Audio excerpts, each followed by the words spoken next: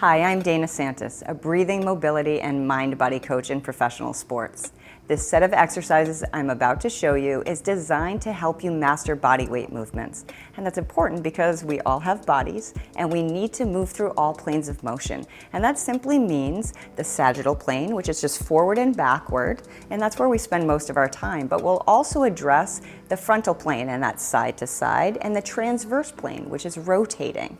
Now, practicing these 6 exercises over time is going to help you build strength, mobility, and durability. You don't need anything in order to practice these exercises unless you're on a hard surface and you might need a mat, but otherwise no weights or props are necessary. We'll begin with a simple body weight squat. You'll want to start with your feet hip distance apart, and then you're just squatting down.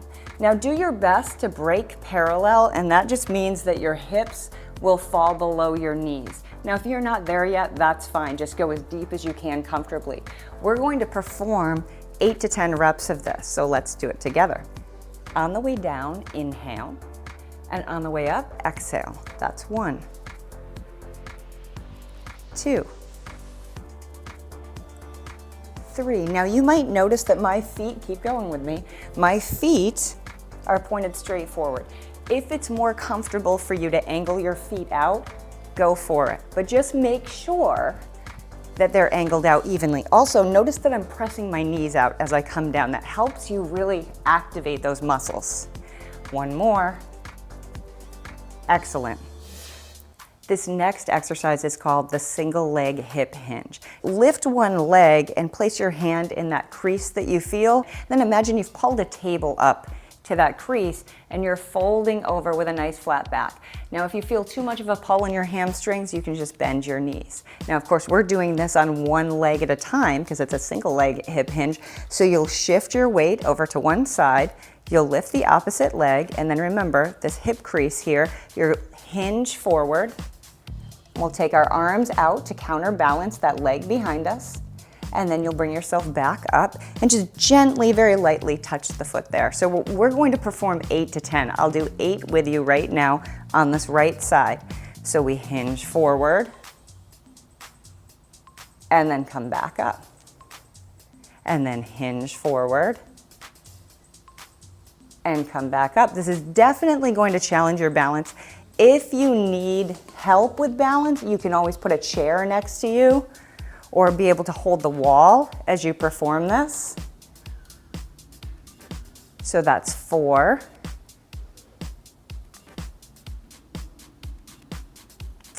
5.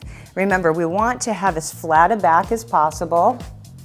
And you'll notice that even I bend my leg a little bit. So that's 7. 1 more.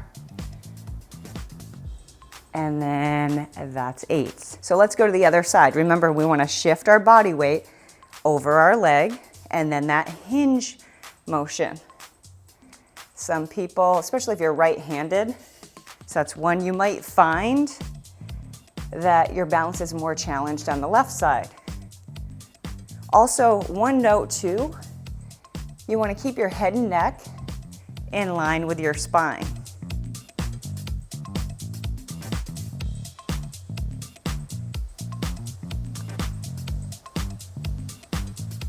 So that's 5, 6, 7, last 1, and remember that back leg does not have to be straight, just do your best. To set up for this, I want you to hinge your hips back, but you're going to bend your knees. So hinge your hips back like this, feet are still hip distance apart, and then you'll set your hands just outside of your knees. Now it's called a Y raise because you're going to be lifting your arms up into a Y. And we'll do 10 reps together. This really isn't a difficult exercise, but I want you to focus on your form and what you're feeling. You're going to feel it in your arms, but in particular, right below your shoulder blades. As you lift up into this position, you should feel some activation. So let's do 10 reps together. So here, and then back down. Here, and then back down. So 3, And notice that I pause at the top, so pause with me. 4, 5, 6. Also notice that my palms are facing each other and thumbs up. 8 and 9. My head and neck stay in line with the rest of my spine. 10. You did it. This next exercise is a basic push-up. Now I know push-ups can be difficult for people who don't practice them on a regular basis, so feel free to leave your knees down if that's more comfortable for you. But we're going to be performing a tricep push-up, and that means instead of elbows out, we're going to be keeping the elbows in tight so that we feel more of the triceps, the backs of the arms. So we're doing 8 to 10 repetitions. Let's go ahead and do 8 together. So you set up in a plank position, your wrists are right underneath your shoulders, and then your feet are hip distance apart. Make sure that your butt isn't up high, your core is engaged, and you have a nice long line with the back of your body. Your head and neck stay in line. I'm looking up to talk to you occasionally, so here we go. So inhale, come down, and then exhale, push up. That's 1. Inhale, come down. Exhale, push up. 2, 3. Remember, you can keep those knees down if you need to. 4, 5. Core is tight. 6, 7, 8. This next exercise is a kneeling T-spine twist. So you'll get into the position like I am here if possible, sitting back on your heels, and then just place your hands in front of your knees, and then we'll replace the left hand position with the right hand. So my right hand is now in front of my left knee. And then what we're going to do is take this left hand and raise it up. So that would be 1 repetition. We're going to do 8 to 10. I'll do 8 with you. So that's 1. As we inhale, we take that arm up. Exhale, bring it down. That's 2. So we're focused on rotation from the middle of our back. 3. We follow that hand back. 4. Big inhale, bring it back down. 5. 6. 7.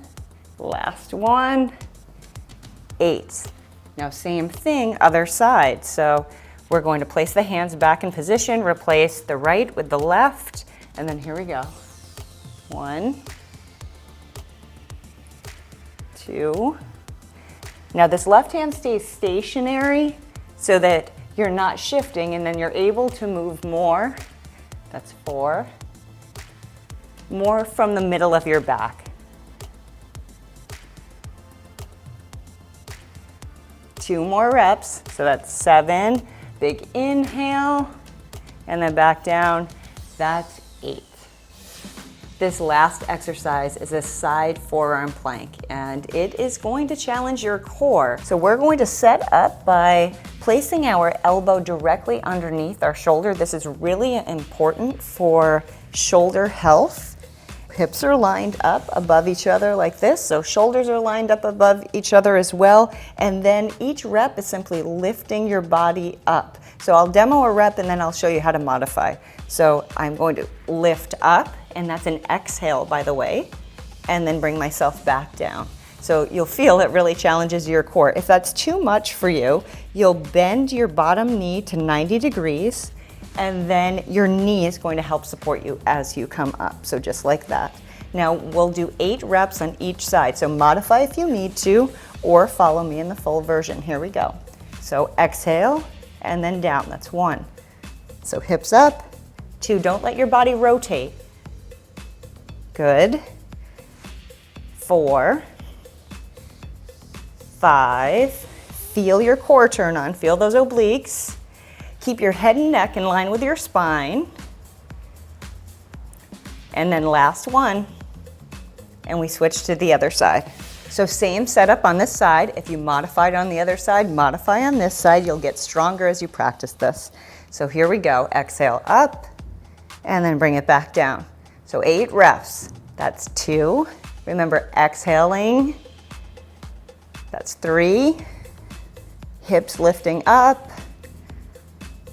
5, 3 more, head and neck in line with your spine. Don't drop your chin. And then last one. Now that you've gone through all the exercises and you know what to expect and have a better feel for how strong you are and how well you move through them, you can decide whether you want to repeat them for 2 rounds, maybe 3 rounds, even 4 rounds at a time. And then you'll find that as you continue to practice, that you'll get better and better. And doing this 2 or 3 times a week is ideal, but you're not going to hurt yourself if you do it every day and you're paying attention to form. So you decide what's right for you and fits into your schedule.